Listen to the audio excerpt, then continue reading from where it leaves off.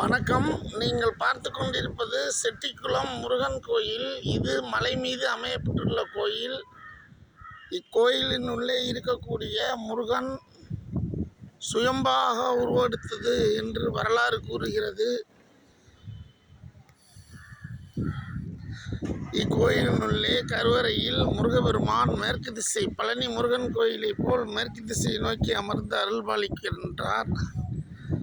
இந்த கொடிமரத்தில் இருந்து நேர் உட்பகுதி தான் நுழைவாயில். இங்கே ஒவ்வொரு திருமண தேதியிலும் முழுமையாக திருமணங்கள் நடைபெற்று கொண்டிருக்கின்றன. இன்றும் திருமண நாள். இன்று குறைந்தது ஒரு 15 திருமணங்கள் நடைபெற்றிருக்கும். தினமும் திருமணங்கள் நடைபெற்று கொண்டே திருமண நாளன்று திருமண தேதி அன்று நடைபெற்று கொண்டே இருக்கின்றது. மிகவும் சக்தி வாய்ந்த முருகன் சுயம்பாக தோன்றிய முருகன் கோயில் முருகன் சிலை என்பதால் மிகவும் சக்தி அதிகம் என்று சொல்கிறார்கள். இதுதான் நுழைவு வாயில். நேராக உள்ளே செல்லும் மேற்கு திசை நோக்கி அமர்ந்து அருள்பாலித்துக் கொண்டிருக்கின்றார்கள். மிகவும் அருமையான காட்சிகளோடு கூடிய இடம்.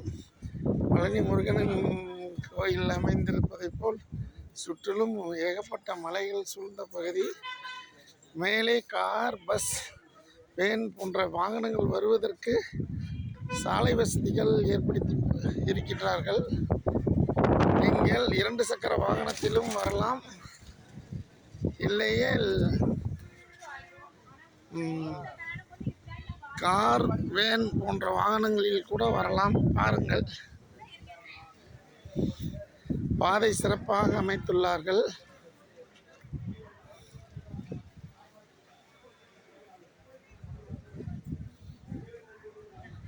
மிகவும் பிரசித்தி பெற்ற கோயில் செட்டிக்குளம் முருகன் கோயில் என்று வரலாறு கூறுகிறது.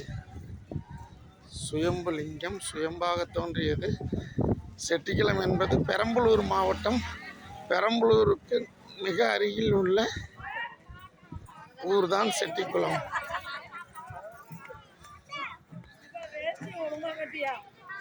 இந்த வீடியோ பிடிச்சிருந்தா சப்ஸ்கிரைப் பண்ணுங்க, லைக் பண்ணுங்க.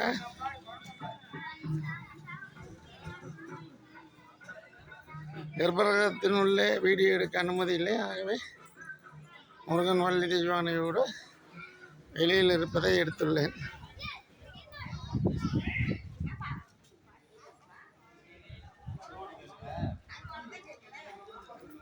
ஓம் முருகா, ஓம் முருகா, ஓம் முருகா, ஓம் முருகா என்று கமெண்ட் பண்ணுங்கள், சப்ஸ்கிரைப் பண்ணுங்கள், லைக் பண்ணுங்கள்.